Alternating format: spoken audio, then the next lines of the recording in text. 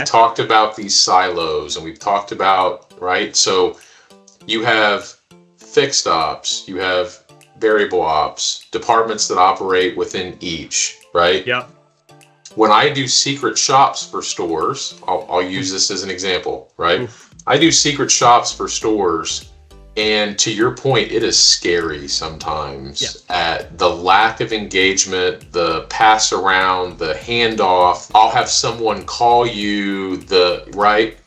And we understand that people in stores are busy. Like, I get it, you get it. But without having a process that puts the customer first, which is really what I'm taking away from what you're saying. Customer experience first, above all. And if you can't do it with the people and the way that your store is set up, then let's look at that and flip a switch and change it. And when you said, and I actually wanted to write this, when you said leaked opportunity, missed opportunity, and how high that cost could be on top of the hard cost for BDC.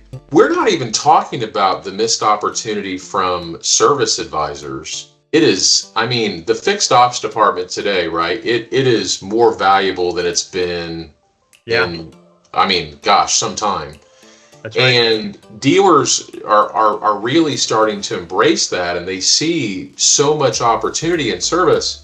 If you secret shop your traditional, we'll just say this fake Chevy store we're talking about, right? Sure. And you reach a service advisor and you call in and you ask about just getting an oil change, there's almost nothing on top of, here's what it is, here's what it costs, this is it, what time do you want to be here and when? It's not a warm experience. No, and the service advisor's busy. Yes. And they should be. The people that are physically in the dealership should be occupied with people in the dealership. If the customer's not in the dealership, why are we putting that much resource if we don't have to? As long as the experience aligns, why are we taking away from that? Because that's our opportunity to increase our revenue, increase our profits. The service advisor can sell at the desk way better than they can on the phone. So let's create that space. Yeah, amen. And so when you're looking at like a finance department, for instance, how much opportunity is there for a finance manager to sell products to a customer not at the time of sale? It's a real thing, right? Yeah. That finance manager, to your point about the service advisor, should be with a customer. They should be present out on the sales floor, meeting customers early and taking part in the sales process. They shouldn't be sitting there waiting for a phone call to come in their office, right? And so you end up inevitably with, if a customer does have something needed for the finance department, right? They're with a customer or doing something else. It's almost the same experience as the service advisor. And it doesn't have to be. If you're a dealer and you're currently doing call tracking now, go to your call tracking, and it should be searchable. If you have anything that's transcribing or summarizing or any of those things, should be searchable. Sure. And search for calls that say warranty. And look for sales calls that say warranty. And in the last 30 days, I'll make this bet because, I'm a car guy and we're not degenerate gamblers or anything. So I will make a bet to any dealer. If you have a call tracking thing, really came on ours, that in the first 30 days, you will find a customer who called in to buy an extended warranty for their car. Sure of it. And awesome. I will bet you that nobody spoke to that customer to sell them that warranty. Maybe they're in service, had a warranty repair. You've been so great to them. They want to give you more money to have the opportunity to come back to you again in the future. You've earned that business from the customer. Yep. And we're not taking their money. No, we're not. We're just letting it slip through the couch cushion. The more we put attention into that customer experience, the less friction that the customer experiences with our business, the easier we make it for them to open their wallet.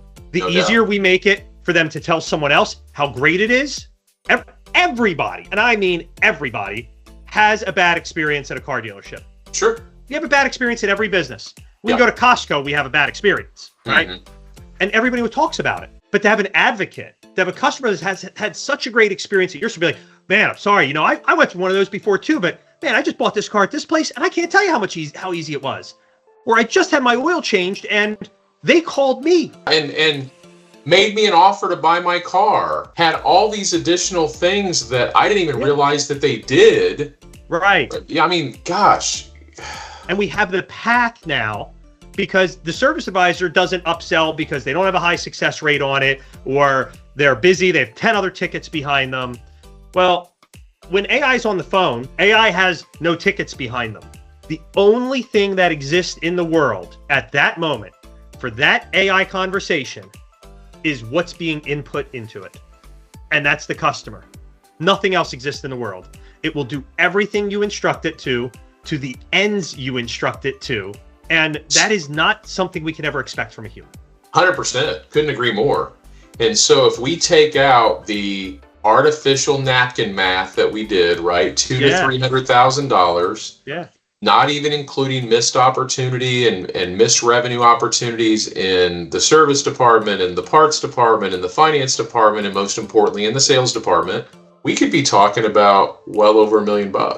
So for everyone watching the video, is Carbot, is that solution going to cost them $1 million? I mean, they're welcome to spend $1 million with us, and they would actually be very happy with their services. Typically, if we're talking the average 150 car store, and you're talking on the sales side, and we're talking exclusively about sales BDC, and I'll separately talk about reception, but let's just talk about sales BDC. Yep. Sales BDC could be half of that floor number. 120, 150 car store is probably going to spend somewhere in the 12 to 15,000 a month range for humans doing all the human work on all their leads. And these are humans based in the US, earn between 60 and 80,000 a year, work 35 hours a week, and are just awesome BDC sales customer service reps. For half of that cost, there could be a hybrid. And for another half of that, you could be on fully AI. You could be on a full AI sales BDC for a couple grand a month on that volume. And you can supplement that with a receptionist that likely isn't a whole lot more, because there's savings you might find otherwise. You might currently be spending money on call tracking, and you could be spending more on call tracking today than a AI receptionist would cost you that includes call tracking on all your calls. And then here's a shameless plug. In many cases, Automax will sponsor it. What Automax has decided to do help me understand that module a little more, John. You and I spoke about it, and we spoke about some ways that could work. On the agency model, we try to be all things to the dealer in some capacity. It's very easy to spend all of our time on training, but then you end up in a guesswork scenario if you don't have measurable, meaningful ways to track whether or not the training is effective.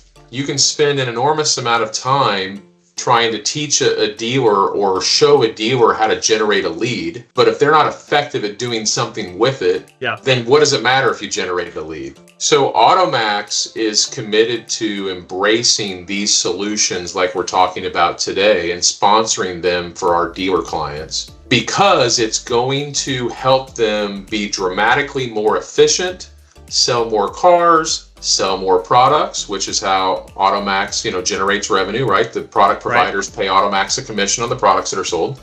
Sure. And so in turn, everybody wins. You mentioned earlier in the call about taking care of these people and their families, like that is what Automax cares about, right? When we work with a dealer client, we know and realize that all the things that we do, recruiting people and putting together aggressive compensation plans, and the time that we spend on training and the time that we spend on coaching and accountabilities to help them drive meaningful performance, is going to take care of everyone's family. And so, yes, Automax is committed to helping the dealer implement solutions like this that are going to make them more efficient. It's going to help them sell more cars. It's going to help them be more effective at every customer interaction, and it's going to help everybody win.